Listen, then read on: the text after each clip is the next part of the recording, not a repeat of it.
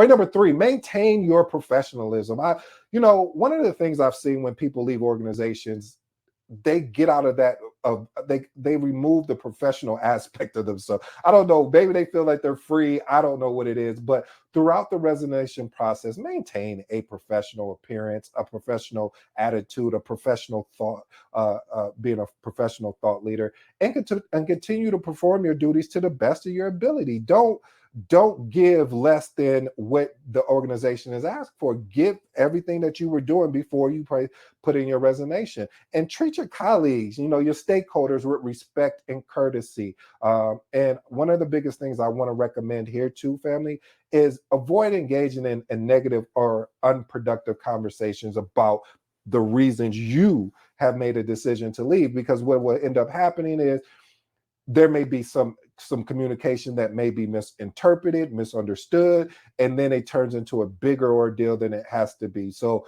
hey, just say, hey, I really don't even want to talk about the reasons why I'm leaving. I'm just grateful that I have this opportunity with you guys here now, and I just want to enjoy the last bit.